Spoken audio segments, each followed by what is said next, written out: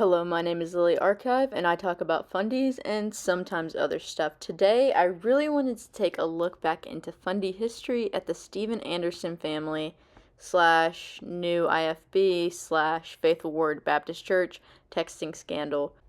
If you're unfamiliar with Steven Anderson, I'll tell you he's the founder of the new Independent Fundamentalist Baptist movement. He's been banned from several countries for hate speech. If you want to see some of his preaching, please check out the video compilations I made of him.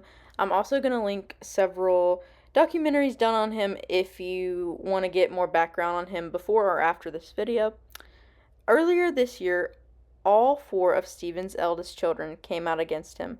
They each accused him of different levels of abuse, including but not limited to physical and emotional abuse. I'm really not going to go super deep into those allegations either, but I'm going to link several interviews that I personally watched from Solomon, Isaac, John, and Miriam Anderson that were completed this year. In my very, very, very personal and very non-legal opinion, I find these allegations pretty credible. While each child has a different level of contact with their mother and father, and different changes in their religious beliefs, you can definitely see that some of them haven't quite shaken their upbringing with Pastor Anderson. For example, their son Isaac is a self-proclaimed NAZI. So on to the purpose of this video, the texting scandal. So this texting scandal occurred about 3 years ago. It included several teens in the church as well as the Anderson sons and his now daughter-in-law. So basically what was happening was there was a lot of really harsh language being used in a large group chat, and some of the parents in the church got a hold of it and were really upset. Steven Anderson himself was actually really upset and punished his sons for this. His sons and his now daughter-in-law, as well as other teens, were involved. Now, as I said earlier, these chats occurred about 3 years ago, but I really haven't read them, but I've heard they're pretty bad. I'm going to be doing a live, unscripted reaction to these chats. I'm going to try to censor some of the more offensive language as I read through. I really hope this will give us some insight into the type of rhetoric the Anderson children were raised around.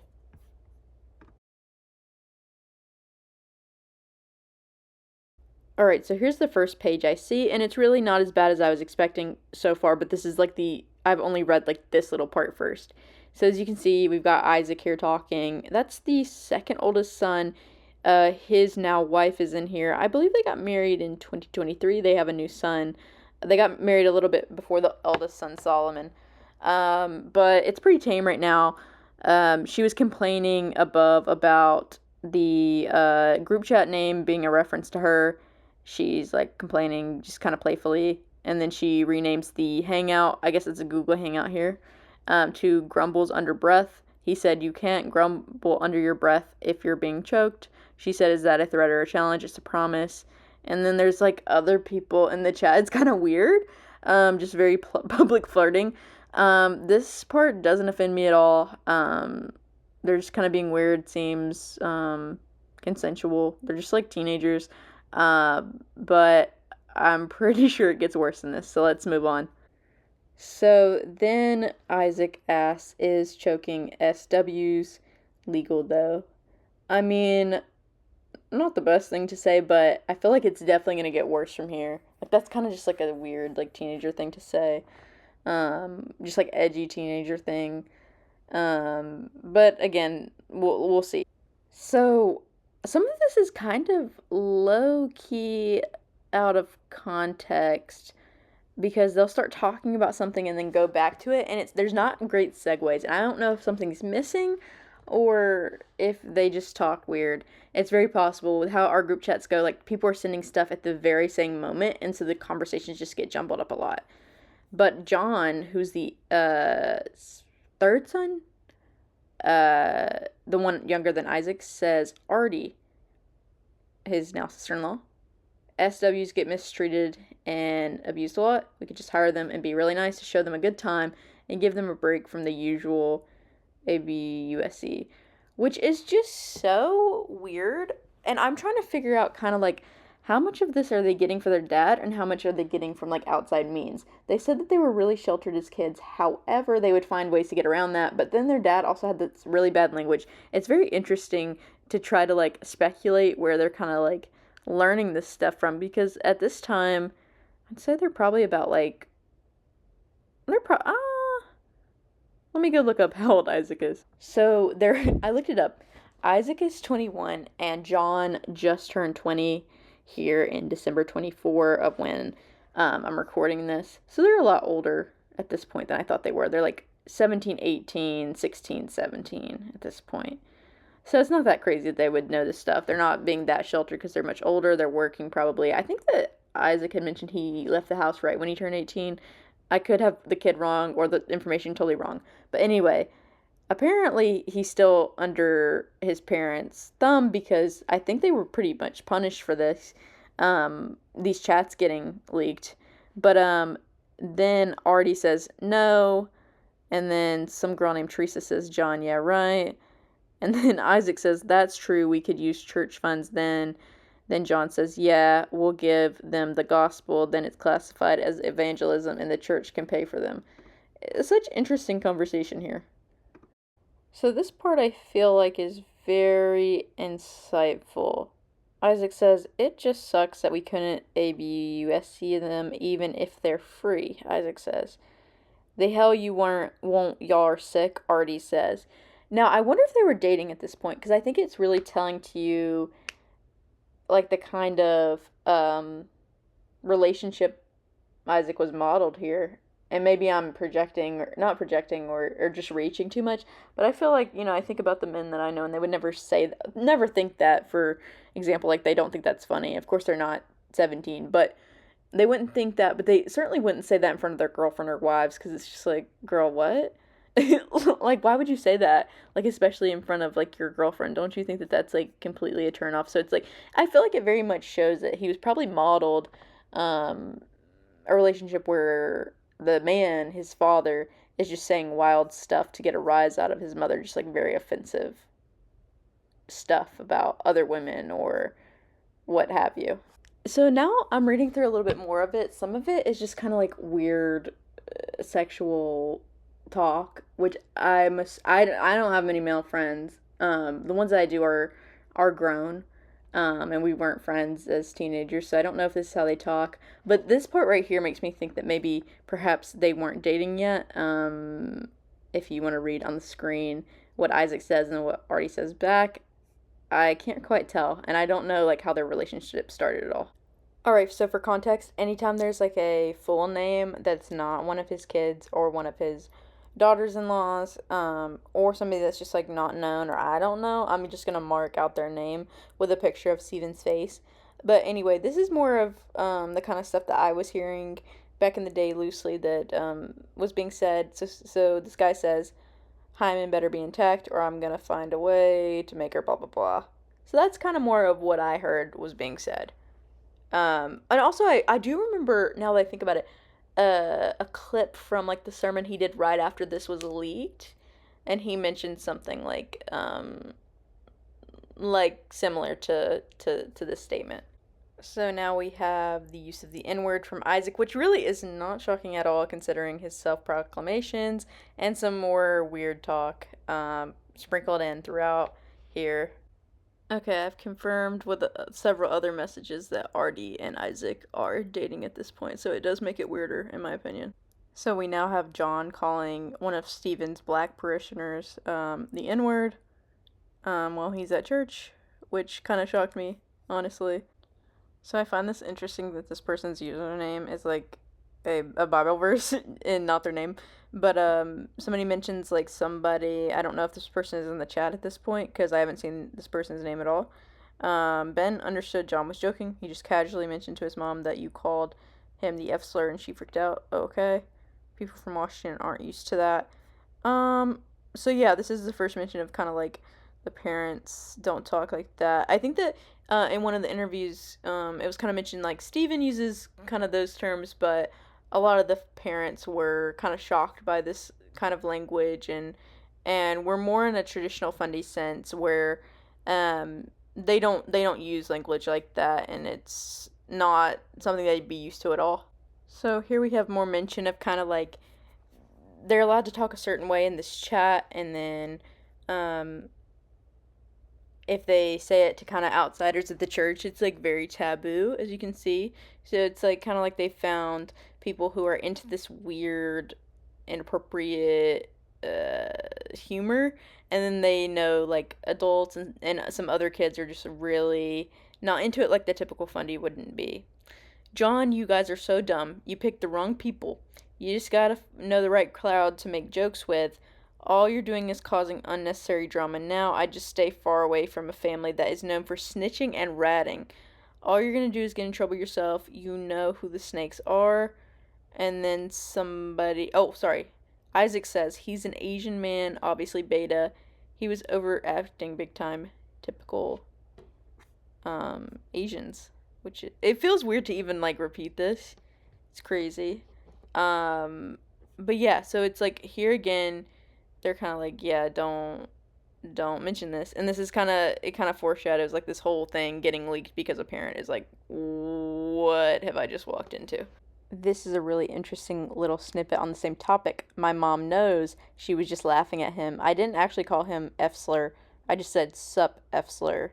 So that is they're saying that Susanna kind of found this stuff funny, kind of like we know Steven did.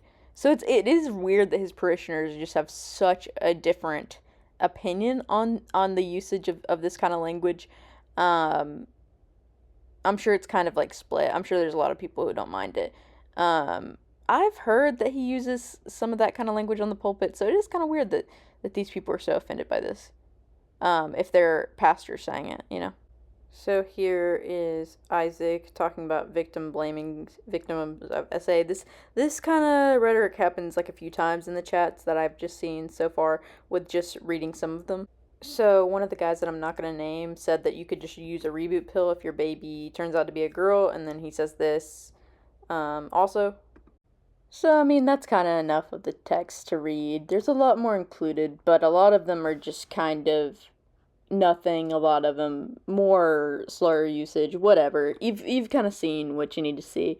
But I found some other interesting things in the file. I kind of always assumed that another parent had leaked the thing to piss Steven off, but it looks like this email here is emailing and saying, I was shocked that we're kicked out of the church, read through your Facebook message in the entire group chat. I don't know what sin I have committed to warrant this. Maybe one of his kids was in the... I think the context of this is one of his kids was in the chat. And so he's like, I don't know what I personally have committed to warrant this. Please let me know if I have an opportunity to repent. Discovering this group chat has been very hard on us. We have kept it private, only including the parents of the children involved. I don't think this should be made public at all. So obviously Steven's like, I'm gonna be public with this, which I honestly don't really know why he did that. But I do think that the videos of him talking are in the file, so I'll add that. Maybe he explains. You've always told your flock that we can disagree with you. Girl, you know that shit ain't true. You can't agree or disagree with him. So within this private chat, I truthfully shared what I believe to be the issue. You refuted that. We then can agree to disagree. Again, let us know specifically what sin I have committed so that I have an opportunity to address this. Girl, you know he's just going to do whatever he wants. See, this is why you don't get involved with these crazy-ass people. So, also included in this file was some testimonies from different mothers, and this is something I was completely unaware of. Now, I believe I got this file from Dead Domain. I think I mentioned it earlier. I could be wrong. It could have been like another channel that covers Steven. I need to figure that out, but I honestly can't remember. I downloaded this a while ago. Somebody said one of the mothers said, while attending Faithful Word Baptist Church last summer, our oldest daughter was dating Isaac Anderson. Now, from what I can tell, this person is not Artie's mother. This is like another girl he dated. They went soul winning with a group from church on several occasions. During one of those times, Isaac began talking inappropriately to my daughter, discussing having children in different positions he wanted to try. After she broke up with him and no longer wanted to date him, he continued to text message her. Isaac privately messaged my daughter a picture of his area and underwear up close. I have the evidence. Isaac and John were caught and punished for meeting their girlfriends alone at the park. There are pictures posted of John kissing. He privately described how his makeout session was and how French kissing felt. I'm not sure if she means like in the chat or what. I mean, the first one, obviously, if you're doing stuff without consent, like making girls uncomfortable, that's weird. Now, if we're just... See, this is why... Mind your own damn business. And that's coming from me, please. I make these videos. But mind your own damn business. Stop taking pictures of people in the park with their girlfriend. Like, That's weird. Like, can you imagine being in a church? And maybe some of you can't imagine, and this has happened, but like, they're like low key checking up on you, see what you're doing. Like, it's very weird. And just like not what I'm used to. So, in another alleged allegation, I'm not sure if this is from the same person, like the woman of the daughter, but somebody said last year John Anderson thought it would be funny to pull what he thought was a prank, but almost cost my husband his job while he was at Costco with his mother, husband's place of employment. Okay, so he worked at Costco. He wrote a comment in the comment box exclaiming that my husband is a blank and had a bomb. He thought this was funny due to the fact that my husband is half Middle Eastern. So this is a private chat with, down below, with John Anderson. So I don't know necessarily if this is like the daughter, but let's just read it, I guess. Have you ever been high? No. Really? Okay. Does that surprise you or something? Not really, 'cause how you are. You say like it's different than you or something. Surely you don't know anything about being high either. Quit pretending otherwise.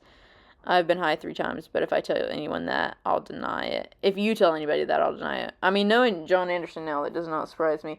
I wonder, like, he's like 17 at the time. How is he getting out of the house from Steven? I guess because, like, Susanna's not paying much attention at all. But it's like, when I was a teenager, I didn't even know how to get that kind of stuff, like, myself. Like, I would have never known how to do that. Like, I want to know how this homeschool kid knows how to get those connections. Like, it's very interesting to me.